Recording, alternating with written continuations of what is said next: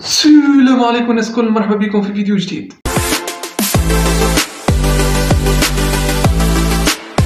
البنات قاعدين يكتسحوا في الراب، مؤخرا قاعدين نشوف في برشا بنات قاعدين يضربوا ويطلعوا في التوندونس، واليوم قاعدين يعملوا في راب. اكثر البنات تو ضاربين في تونس هي الطاف، فما زاد اف بي كا، فما طفله مؤخرا شفتها اسمها مرام. باش نعطيكم اكزومبل، باش نشوفوا شويه من اغنياتهم ونشوفوا مع بعضنا هل البنات قاعدين يكتسحوا في ساحه الراب في تونس، هل ينجموا يتغلبوا معناها ويوصلوا اكثر من برشا ولاد في تونس. شنية راي الشعب التونسي في الحاجات هذه؟ هل متقبل حكايه انه البنات يكونوا موجودين في الراب ولا؟ اول شخص باش نحكيو عليه هي طفله دي. الحقيقه عجبني الستايل نتاعها في الراب، ونحسه حاجه مزيانه وحاجه جديده في الراب التونسي، انه راب مزيان ونظيف، وعرفتك اللي تكلاشي وتقصف عرفتها، لكن ما غير كلام قبيح. وكل الباهي فيه انه الطفله دي كانت تكتب في الشعر وكل متميزه في الشعر، وهذاك اللي خلاها انه توصل تعمل الراب وكل. فتحس انه الكلمات نتاعها كلمات مزيانه وقويه، وعرفت تعرف باش ضربت برشا الطفله دي اول ما طلعت، لكن من بعد تراجعت شويه. هي بيها ما عادش تهبط برشا، فنتمنى انها ترجع تسمع، خاطر بالرسمي عندها موسيقى مزيان.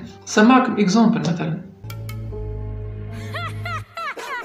ارجع غدوة انشر غادي دوسيك صحوبك لاتو الندوة، ممكن اكثر من الكورونا ننشر عدوى، نغزر في المراية كي تسألني شكون القدوة. الطفلة اللي من بعدها هي الطاف. الطفلة هذه الحقيقة زادة عجبتني الجرأة بالكلمات نتاعها، زاد تحسها كيف تقصف ولا تبالي، عرفتني. لكن الطفلة هذه نحسها اجريسيف اكثر شوية من اف بي كا، وعرفتها داخلة كلاشات وفازات وكل، ما تفدلكش. بالرسمي نسمع التيتروات نتاعها ونحسها بالرسمي اقوى من برشا رابورات، فهمت رجال. الطفله دي نحسها عندها مستقبل في الراب. شفتها في انترفيو مؤخرا مع هيدا زعيم، قالت هي سنة تعدي باك، فهمت، تحاول انها توافق ما بين القرايه والموسيقى. قالت اللي هي معناها موسيقى جيم وكل شيء، فانت تشوفوا كيف تغني وكل كذا، اما هي راهي في الدنيا قالت معناها انسانه طفله عاديه، فهمت، عاقله جو الباهي. واللي باهي فيها زاد انها تحترم وعائلتها يسمعوا فيها وكل. حتى كي تحب تكلاشي ولا تعطي كلمه تعطيها عرفتها من تحت لتحت، تعطيش كلمات حرشه طول، عرفتها. قالوا لي تونس فيها فلوس بالمشتى، ريت المشتى وما ريتش الفلوس،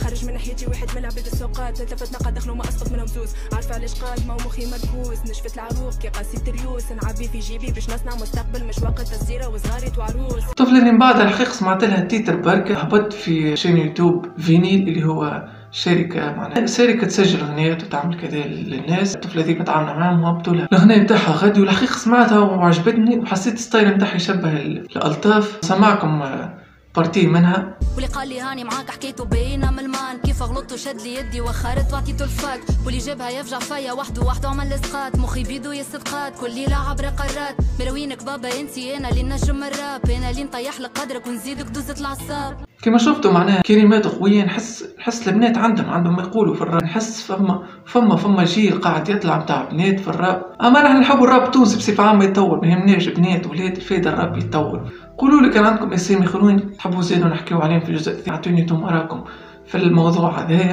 كل لايك كان عجبك الفيديو بالرسمي، اللايك مهم على الاخر ويدعمني وخليني اني نقدم. سبسكرايب، فما برشا فيديوهات مزيانة تستنى فيكم. بيس.